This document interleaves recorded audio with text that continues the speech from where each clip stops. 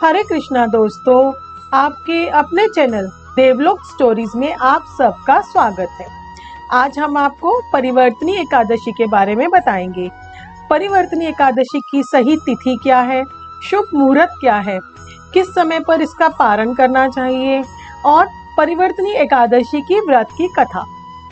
परिवर्तनी एकादशी का व्रत भाद्रपद माह के शुक्ल पक्ष की एकादशी तिथि को रखा जाता है। परिवर्तनी एकादशी का व्रत रखकर भगवान विष्णु के वामन स्वरूप की पूजा की जाती है।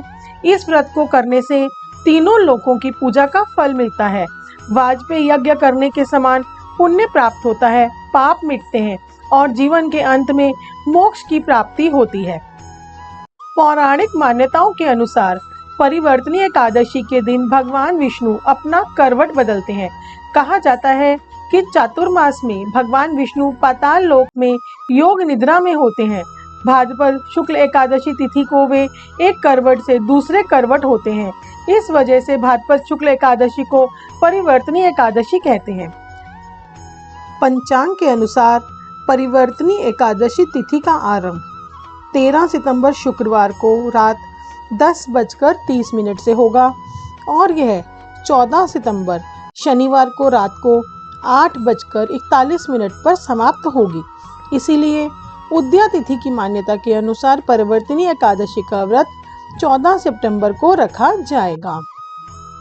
इसके पारण का समय 15 सितंबर को सुबह 6:06 से सुबह 8:34 तक पारण करने का शुभ मुहूर्त है। द्वादशी तिथि का समापन 15 सितंबर रविवार को शाम 6:12 पर होगा।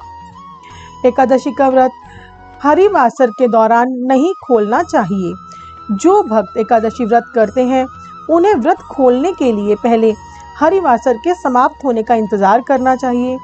हरिवासर द्वादशी तिथि की पहली 1/4 अवधि को कहते हैं। व्रत पारण के लिए समय सबसे उत्तम सुबह का ही होता है। एकादशी व्रत समाप्त करने को ही व्रत का पारण करना कहा जाता है। एकादशी व्रत के अगले दिन सूर्योदय के बाद व्रत का पारण किया जाता है। एकादशी व्रत का पारण द्वादशी तिथि समाप्त होने से पहले जरूर कर लेना चाहिए।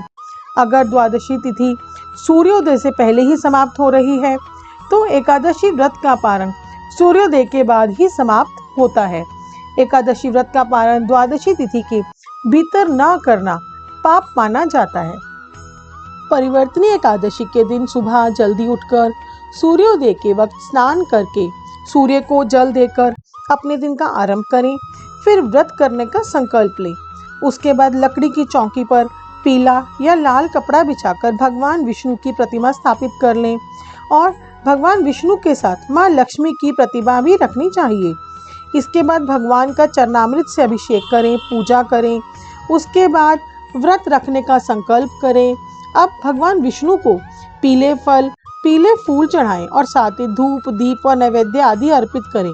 इसके बाद एकादशी की कथा का पाठ करें और अंत में भगवान विष्णु की आरती करें। भगवान विष्णु के प्रसाद में तुलसी के पत्तों का होना बहुत जरूरी होता है, क्योंकि माना जाता है कि भगवान विष्णु बिना तुलसी के भोग को स्वीकार नहीं करते हैं। इसीलिए तुलसी पत्र को दशमी के दिन ही हमें तोड़ लेना चाहिए, क्योंकि एकादशी वाले दिन माँ तुलसी का भी एकादशी का व्रत रहता है। दोस्तों, आपको हमारी वीडियो कैसी लगी हमें कमेंट करके जरूर बताइएगा।